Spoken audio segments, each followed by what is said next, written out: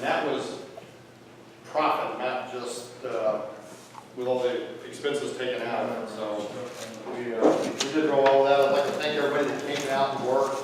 There was 2 days there, a Saturday and a Sunday, at several different places we worked. It was a lot of work, a lot of time, but you guys hit the ground running. Really did well for us. I would think we could get like $1,000. I would wish I had $1,000. I'm having just a little bit. And our Girl Scout is going to be posting on Facebook here, Katie, about the garden out of the Great Bay Distributors. So she's gathering, getting things going. It should be coming along here. Our website is back up. Don't forget, you gotta go look at it. I would say new and improved, but the other one was really improved. So, but it is really great, and it's coming along. It's a slow process. It's taken like a lot of hours, and a lot of time away from his family. But yes, we were having so much trouble with last year being packed that we just it started over. So we had to do that. They were hacking us more than a little tree, so we got out of that. There's 50/50 tickets on sale back there. There is a little tips jar for the snacks. At the Seminole campus, we are bringing a few things in for a raffle. We've been doing really well with that. We've done a smoker, we've done a honey super in several different months. And you need to come see what's next month, because I haven't figured out that. To be determined. Okay. So, but it's usually a pretty nice thing, and we usually have 3 or 4 other things with it. So it makes a really nice raffle ticket for that. We will have T-shirts available soon. We're looking at buying some T-shirts in bulk and having them just for sale, so you don't have to order them and wait on them for weeks and weeks and weeks. So that pretty well gets us pretty far down the line. I'm going to go ahead and turn it over to some wonderful county employees that I know we've been dealing with this for like 3 or 4 years. Almost 4 now. And she's been coming here and talking back. Well, probably ended up walking out the lead, and she'll still be talking. Maybe. And then Rob, you've been with us the last 2 years, right? Last 2 years? 1 grade, okay. So, these guys are our residents.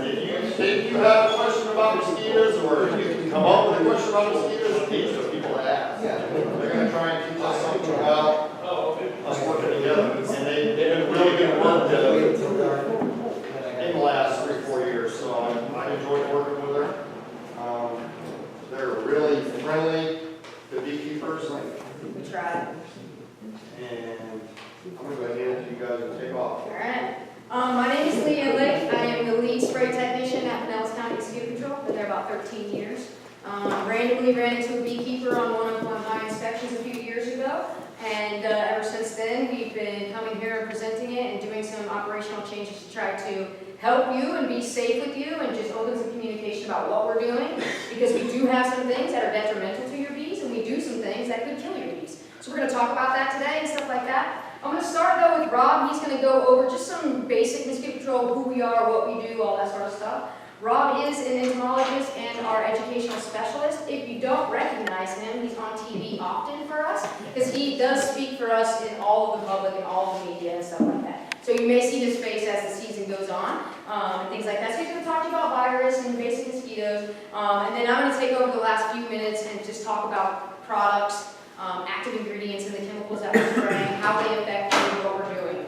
And then there are some few other things that we want to kind of cover, because we want to try to locate all your beehives, and I'm going to talk a little bit about what we're going to do if you're willing to give us your location and stuff like that. So I'm going to hand it over to Rob to start, and I'm going to be his little slide. So, like she mentioned on that bee list, you guys need to be on, perfect.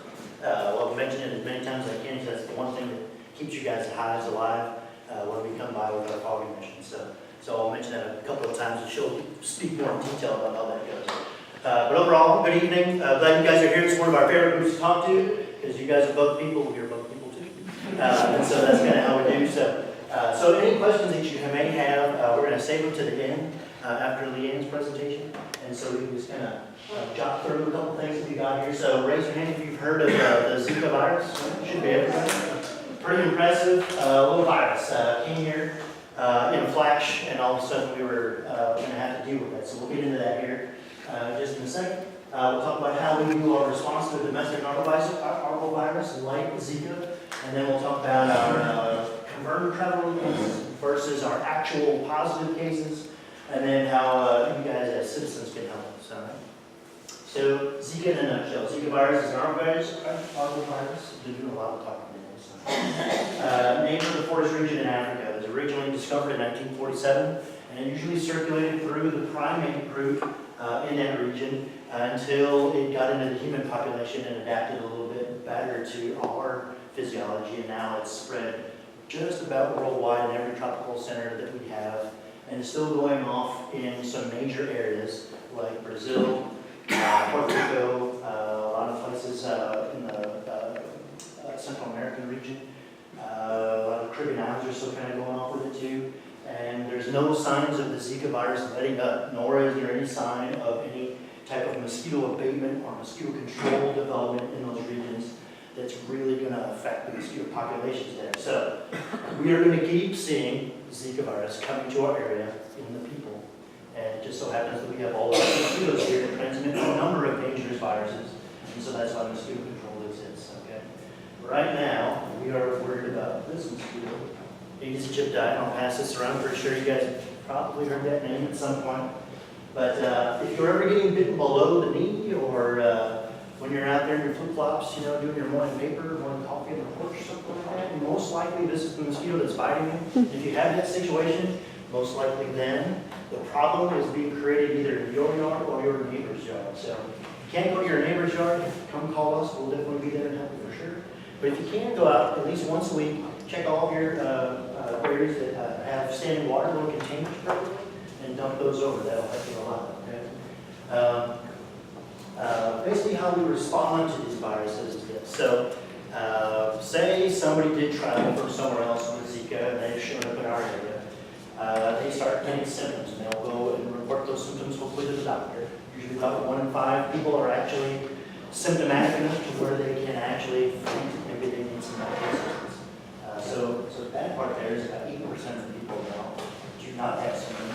And so they're still actively carrying the virus and could still possibly transmit the virus, right? So we really depend on our health officials to notify us for things like Zika, chikungunya, and dengue fever is another one. Soon, we may also have some problems with yellow fever. All relative to the same mosquito, Aedes aegypti. So it's 4 pretty dangerous diseases that is all on one invasive mosquito that we have.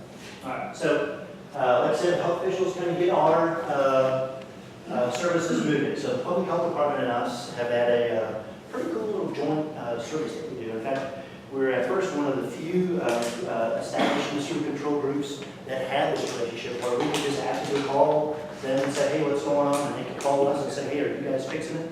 And that relationship has made us very effective. So to kind of break this down in a nutshell, we've had about 80-20. 80 means we've responded to 80 domestic arbovirus travel-related cases, right? Big long title. But basically that means that somebody 80 times has tested positive or not positive for this virus, but they're showing the symptoms, right? If they're showing any kind of symptoms related to Zika virus, the health department tells us we need to respond immediately. If they're calling us 5 minutes to 5 and it's 90 degrees out, sir, we will be there with bells on and start killing mosquitoes. And that's why it's also important for you guys to have your hives covered if we're there. And if we can, she will do some cool things, like even call you, even in a virus situation, in an emergency, to make sure you guys' hives are covered and stuff like that, make sure you guys are safe. But our primary goal, though, is to get rid of those mosquitoes.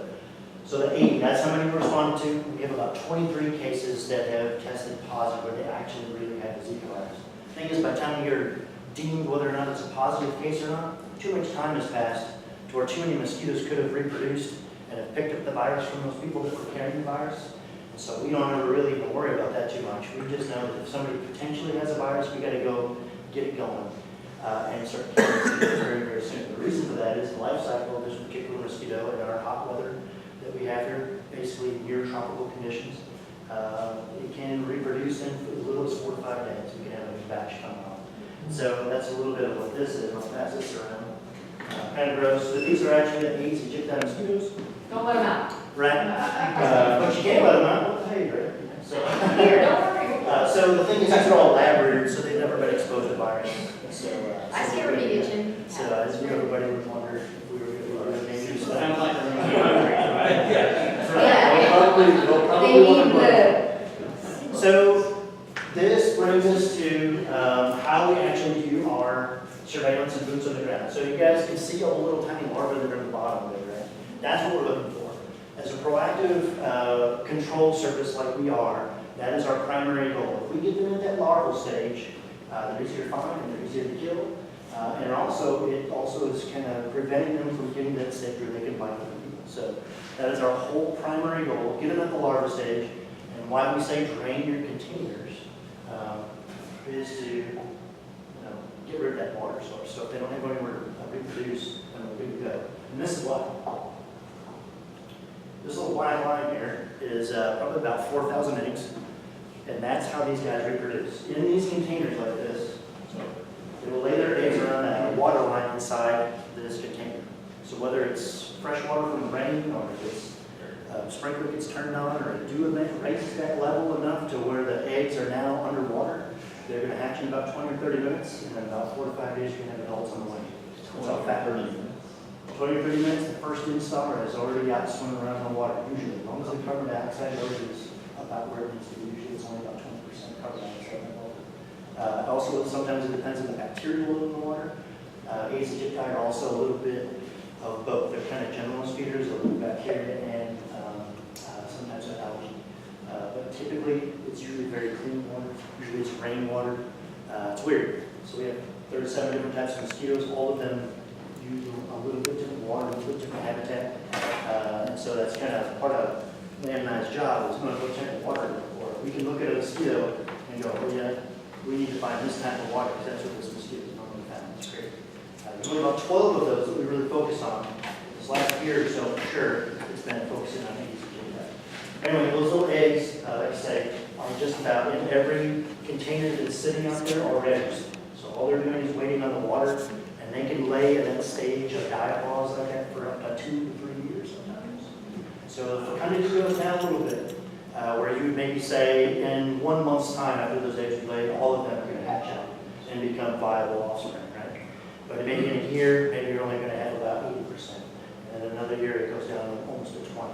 But still, that's how their species survives. Okay? They're made for that tropical weather. Surveillance. These little traps here. These are a new addition for us. These are kind of cool. We kind of call them stinky feet traps up at work. They come with this different set of lures. And what our surveillance is basically set up to do is see how many adult mosquitoes are still out there. The reason why we want to know how many adults are out there because those are going to be the ones that are transmitting the virus to. They're the ones that have to take a blood meal. In the fact that they're taking that blood meal, that's where the virus transmission occurs. In fact, a little bit of spit that's left over that gives you the H, that is where the virus is usually carried. So long story short, we get viruses from mosquitoes, from their spit, pretty awesome. but the cool thing about these lures is it really only focuses on Aedes aegypti mosquitoes. In fact, some of these traps, when we put them in neighborhoods, when we do our surveillance, we'll get upwards of 50 mosquitoes the first night.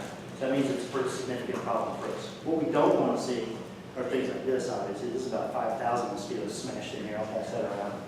But that's what typical trap accounts used to look like about 60 years ago. In fact, most living and fun you have in Pinellas County or the greater state of Florida would not exist without mosquito control. So the mosquitoes would be too great and the diseases would be too frequent. But long story short, these little R2D2 traps are very helpful for us. So if you see them out in your yard or near your yard or somewhere, please don't smash them. They're very expensive. They're it's very, not very long, fragile. not all It But the reason why we place them on the ground is because, like we said earlier, these mosquitoes are attracted to kind of our feet nest, right? And foot smell. In fact, on that lure that's going around, it'll actually say human scent on there.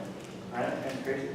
There's been experiments that have been out there where you can hang a set of dirty, nasty socks out, and the mosquitoes are actually attracted to those socks. So that same technology, right, goes into those lures. And what's neat is if you combine them with things like carbon dioxide, we can actually catch pretty wide range of mosquitoes per area, so they're very helpful when we do our surveillance. But the idea of the surveillance system on this slide here, you set it up, and then it takes about 3 weeks or so usually to see some sort of decrease in the numbers of mosquitoes. If we're seeing that decrease, we're in good shape. But if we don't, we got to keep coming out there. Most of the time, this involves going into your backyard, finding those containers for you, because you guys didn't want to be responsible and do your own job. Very hard for us to do. It's very labor intensive. In fact, the majority of our time last year was spent doing manual labor of just doing simple things like spreading people's containers over. So your tax dollars, in a lot of ways, could be saved for other cool things. If we were to get all of our million or so residents out there drinking containers. All right, follow-up, very important. The part about follow-up that's very important for us is we want to see what's kind of happening in that area over time. So once we get that whole follow-up, it also includes the fact that whether or not that case was deemed to be positive or negative, if they were positive for the virus or not. If we're positive, we go out there one more time, make sure there's no more mosquitoes. But overall, like I said, it's a long process, just for one case. It'll take just about our whole team to do one case for about 5 or 6 hours of that day. So that's why it's a very labor-intensive process. We can't go out there with the foggers, we can't go out there with the helicopter. We're basically going door to door, yard to yard, finding all these different sources of water. So, go ahead. So, what does this mean to you? Did you say that these 4 diseases are all transmitted from human to mosquito back to human? Yes, it's all has to revolve around the vector process from yes, exactly what you're saying. And the virus travels in the humans. It doesn't travel in the mosquitoes. So the mosquitoes got here a whole different way hundreds of years ago. In fact, I think it was 200 years ago is when we got Aedes aegypti in our area. But as far as the virus comes, the virus travels in the person through flights usually. So that's why we're able to see active transmission sometimes in areas like who's heard about all the stuff that could happen in Miami. The reason why it happened very fast down there, there's a lot of immigrant workers that were kind of living in the area that it all kind of started. People from Honduras and things like that, some of these countries where they don't really have a good mosquito abatement program going. They were inundated with the virus and they visit relatives. The window of that virus is very small where it can be active in transmission. So if they're getting the virus and they leave that area, they've got about a 5 to 7 day window, and the next thing you know, they may be infecting other people, next to them. The reason why we always say that it's either you or your neighbor that's causing the problem to you real quick is these mosquitoes don't really fly very far from where they originate. So if they were coming out of this cup of water and I walked 50 feet away, there's probably a good chance they're not going to get me. But if I'm in that vicinity, or your neighbor has some mosquitoes breeding over there, that's all a little farther that these guys fly. We have some mosquitoes that fly over 50 miles. These mosquitoes have a tendency not to fly very far. So usually, 9 out of 10 homes has Aedes aegypti in their backyard. We just need to find a way to get you guys out there to prevent those containers. So, let's see. Yep. So mosquito control is out there, and we're going to be out there helping you guys as much as we can. In fact, we always do service calls. Everything that we have up here, by the way, please feel free to take your sweet rain gauges that I need to go. I think we have provided that with many for everybody, and you can't do it, you take them all. Everything has our number on it. All the literature has our number on it too. That service call that you guys are making is for free. We would be happy to come out there and help you. As many times as it takes to get rid of the mosquitoes, that's fine. Please don't get into tangles with your neighbors about their problems with mosquitoes. Ask us to come and do it for you, okay? So can't stress that enough. Limit those disputes, right? All right. So you guys are in a unique position to kind of create a positive impact here. So traditionally, it's been us doing that positive impact. We were able to fly the helicopter out there and fix it. We were able to fog a whole neighborhood and fix the virus transmission. We were able to go to these areas where there's a lot of virus transmission happening and use all of our great millions of dollars of tools and fix the problem. Now it's much more difficult for us because we have problems getting access to your property. If you're not home, we can't go in your backyard. If we have a case of Zika that's right next door to you, we will not be able to help you if you can't allow us property access. We can do a fair amount of that with what we call chemical trespassing, which we'll probably get into that a little bit. But we do have some products that are very safe that we can shoot over fences and stuff like that. Basically, is a type of, I'm sure a lot of you guys have heard of BTI products and stuff like that. But basically what it is an aerial version of a larvicide, and it basically finds all these containers for us if you guys can't go out there and grab them to anchors. So a little bit of BTI will get in there and kill the larvae before they can hatch off. All right. So this is what we're looking for. We talked about these a second ago, but all mosquitoes are tied to water at some point, right? So that's their weakness. So if we can get them in a larval stage before they turn into adults, we're in good shape. Go ahead. We talked about this too long. I passed around the picture. This is Aedes aegypti here. This is a mosquito called Aedes albopictus. They say that that might be the secondary vector for a lot of these diseases we talked about already, the ones that we were mentioning. Dengue, chikungunya, Zika, and yellow fever. So the good thing about that is most of the southeastern United States at least has albopictus. We're lucky enough in our area and below to have both of those species. So the plot thickens, right? So and it's weird because our area is really kind of inundated with all of the things that really kind of matter. And that's why Florida's always on the map for parvovirus type situations. So we can still, if we get malaria here, we can still have problems with malaria potentially because we have all our mosquitoes that do that. We have all our mosquitoes that do West Nile. We have all our mosquitoes that do a couple different types of encephalitis. So we're definitely in the map for a lot of different things. Who has dogs and pets and stuff like that? Right? So the heartworm is transmitted by the mosquito. So if anything, protect the puppies. Okay. Go ahead. But here's kind of what we're looking for, guys.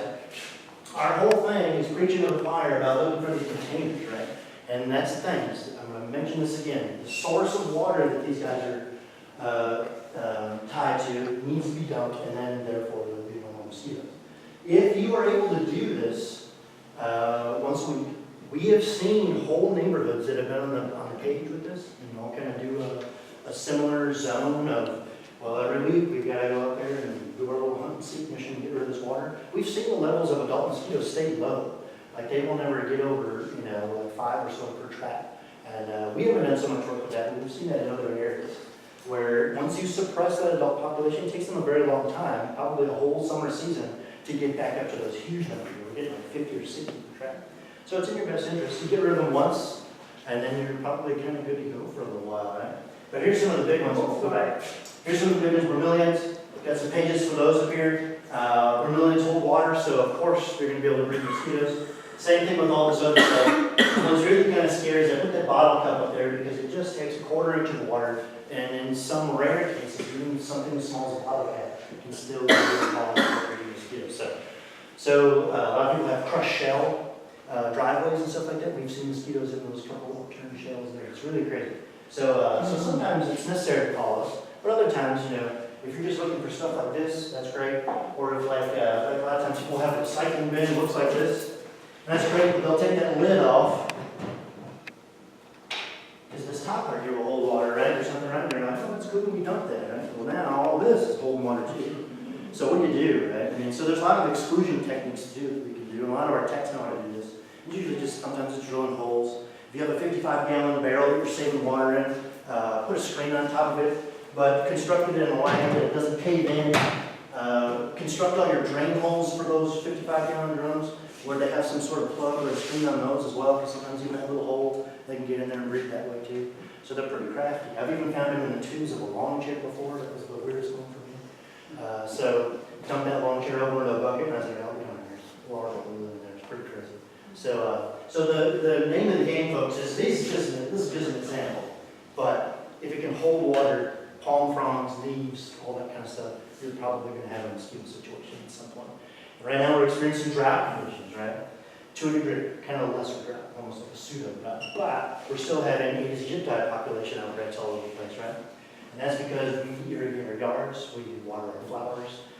Watering flowers is great, but all these little catchers that go underneath those pots usually fill up with water, and therefore we're going to have mosquitoes. So it's a continual cycle. A lot of it is man-made, so it is also then up to us as good stewards and responsible parties to kind of help with public health. Okay? That concludes it for me, and then we'll do some questions here in a minute, and Leanne will take over with all of the things that happen with our products. He's got a mosquito back there. You're hired. All right, so I'm going to talk a little bit more technical, because everybody here kind of wants to know what are we spraying, what are we putting out in the environment that could be detrimental to your bees. what's the active ingredient, what's all the LD50? Well, we want to provide that for you because there's nothing that we're hiding. Do I have stuff that will kill your bees? Absolutely. All right, do I have stuff that won't kill your bees? Yeah. So we're going to talk a little bit about that. I'm going to hand this out, and this is basically a list. On the front page is every mosquito pesticide that we use. On the back, I don't know if you noticed at the beginning of Rob's presentation, it said mosquito control and vegetation management. Okay? We are combined together. So on the back side of that paper is vegetation management, and that is the herbicides that they spray. Okay? Those, I don't know all the technical details, some of them I do, so if you have particular questions, we'll talk about that. But as far as the mosquito chemicals, I know all the active ingredients, how they work and stuff like that. A couple of things I want to kind of point out. So we do two different types of techniques to kill mosquitoes. We kill larvae, which is what we want to do. Like Rob said, we're going to try to find the water, pour them out, and treat the larvae in that contained area. Because in that contained area, we can control that. It's closed, it doesn't fly around, it's much easier to deal with. Also, all of our larvicides are selective, which means they are selected for mosquitoes. Most of you probably know that the mosquito has a very high pH level in its midgut. All right? We can use that, and other insects do not have that level, and neither do I. So we use products like BTI, so when a mosquito consumes it, comes in contact with that specific pH level, it will crystallize. When it crystallizes, it tears the midgut and will kill it. Okay? Just like that. So if I eat that, and my midgut does not have that pH level, it will just be like eating corn. That's a corn cob granular that he's handing around. So nothing would happen to me. If I may not feel well. I haven't tried to eat it much of it. But it is safe for animals. It is safe for us. It is actually safe for fish. It is safe for other insects for them to consume, stuff like that. We have a couple different. Oh, I forgot I had slides. I was pretty tired. So basically, we have three different types of active ingredient. Kind of four if you want to count surface film. So we have things, for active ingredients, we have bacteria-based stuff. We have hormones that mimic growth hormones in mosquitoes. And we have oils that will break the surface tension of water and drown them. All right? And then we also have now spinosad, which is kind of a neurological kind of thing that makes them do weird twitchy things, but it affects the neurological system, and they stop feeding. So we have different active ingredients, we have different inner ingredients, and we have different formulations. There's a few things I want to tell you because people ask me all the time, is that product safe for bees? On the label, it will say safe for bees. As Mr. Walker talked about, label is the law. We live by it, all right? We only do what the label says. We only mix it how it says, and things like that. But the label is not required to tell you what the inner ingredients are, all right? And if you look at any label, anything you buy over the counter, it'll be like 5% active ingredient, 95% inert, all right? It's that inner ingredient that's probably more dangerous to your bees than the active ingredient. So what the label is saying, when it says safe for bees, they are talking about the active ingredient is safe for bees. BTI is safe for bees. Everything they use as a carrier for BTI is not safe for bees, all right? So those are some of the choices and some of the things that mosquito control has taken on personally to make choices. We can choose these chemicals that will work fast and be great, but they will kill everything in the environment. We have that choice. Or we have the choice to buy an expensive chemical, may not work as long, but it's safe for everything we put it out there. We are, Pinellas County, we're choosing those safer products. And we're choosing products that do not have carriers, that we mix with water, they do not use oils to stick, and things like that. Because those are the types of things that when your bees land on them, you take them back. Right? But they're not going to take water back if it's dry and stuff like that, BTI. So these are the types of things that we try to pay attention to when we choose what products to use for you. All right? You can see all the different products, but basically they're in about 4 or 5 categories. So, application technique. I was saying that we kill larvae and we kill adults in 2 different ways.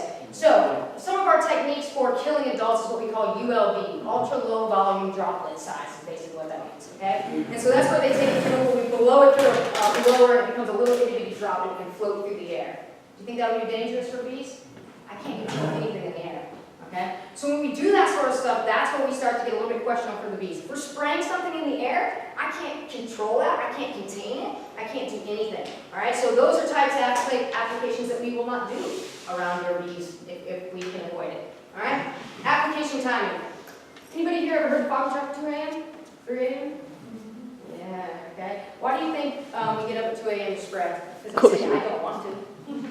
Okay? Less people out. What are your bees doing? Right. A lot of other beneficials are sleeping as well. Not just the bees, but your butterflies, your dragonflies, and all the good things that we don't want to kill are sleeping and hiding. All right? Mosquitoes are active when? Dusk and dawn. At night, you go outside. So they're active. We want to go ahead and kill them at that time. So you will know if you live in Pasco County and other counties, they may spray at 8 o'clock. Is the sun up at 8 o'clock here? It is. What are your bees doing? Trying to make their way back to people close. Alright? So they always do it at 8 a.m. or 8 p.m. Doesn't matter what's going on environmentally. Okay? We are not going to do that. We are going to make sure things are sleeping. 2 a.m. they're not going to randomly wake up and things like that. So we are choosing times to do certain things. And people ask us all the time, why would you possibly do that? It's because we are trying to be best stewards of the environment. We're not going to kill every mosquito at 2 a.m. Okay? But we're definitely not going to kill bees. And so it's going to be a marriage. We're not looking for 100% eradication. We're looking for control. We're looking for balance and things like that. What you just said actually is pretty unique to pretty much just Pinellas County, I'll let you guys know. The thing about protecting bees really is something that is pretty much only happening with us. There's several other places that sort of kind of do it, but not to the degree that we don't use cancer-causing agents, we don't use products that aren't used Organophosphates. On purpose. We try to dodge the times that beneficials are out. It's really kind of a different scenario here. And the reason is our idea is to work with all of you so that you guys can work with us too. That's kind of the thing. And one of the things you'll notice if you are a chemical savvy type of person, you'll realize that in the adulticide products, we only have one type chemical class, okay? We're in the pyrethroid class. All right, we do not go into organophosphates, we do not go into carbonates, we do not go into the really stuff that you read articles about Naled, that's an organophosphate, we do not spray that, we do not do methylone, those types of things. Now, they have their place, okay, they're important because as time moves on, we are getting resistant to products that we're using now. So they have their place and they're not bad, but they aren't the safest. So until we absolutely have to, we're going to try to steer clear for that type of application. All right, this is where I was talking about the different active ingredients. So we have bacterial stuff, which is your BTI, Bacillus spiricus, and spinosad. And then you have your growth regulator, which is methoprene. And that's just a mimic of the growth hormone. So basically, as a mosquito goes through its 4 life stages, once it gets to the 4th stage, the juvenile hormone will drop out, which will basically make it pupate or go into its little cocoon to grow wings and do that. So when we add this mimic, or we add this to the water, the juvenile hormone, they do not ever go into pupation because they still think they're children and that level never drops, so they never turn into a pupa, and therefore they just tumble and die and actually starve themselves to death because at this stage they are no longer feeding. All right? So one of the things too is a lot of people, you mentioned all the different cycles and when we choose our chemicals and things like that. Some mosquitoes, some of these products they have to feed, some they have to absorb, some we can just put on the surface and nothing. So there's different life stages that we choose different chemicals for that reason, so that we try not to cause resistance in the environment and do other things. Let's see, surface films. Oh, sorry, I should point out that means that doesn't.